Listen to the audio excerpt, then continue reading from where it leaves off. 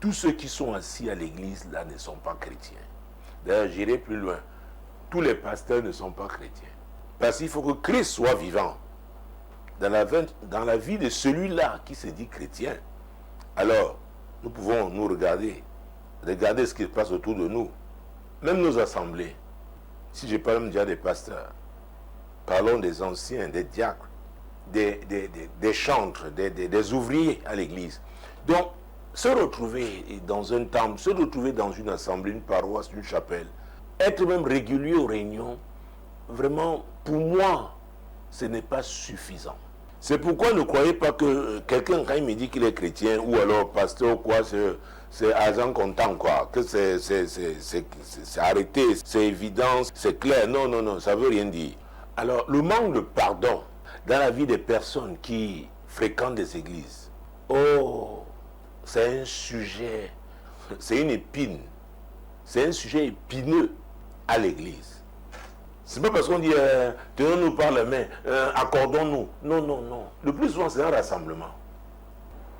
Et le fait qu'on soit à l'église, on récite la parole de Dieu, on a impliqué un certain nombre d'activités, ça ne veut pas dire qu'on est véritablement chrétien.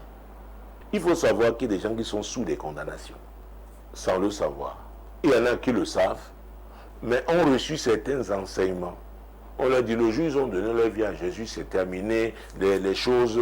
C'est pourquoi je dis qu'il faut mettre chaque passage biblique, n'est-ce pas, dans son contexte.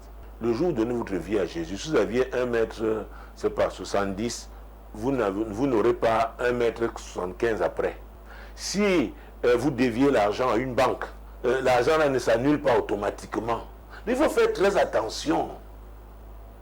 On a même des gens à l'église qui sont des bonnes personnes. Mais à l'église même trouvent de mauvaises compagnies. J'ai dit à l'église.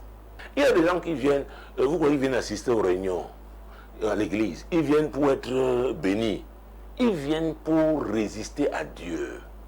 Pour répandre les ténèbres dans la maison de Dieu.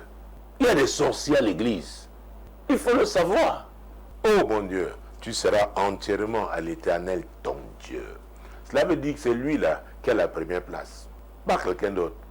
Cela veut dire qu'on ne doit pas, comment je vais dire, baisser la garde. On ne doit pas baisser le standard parce qu'on a affaire à tel ou tel.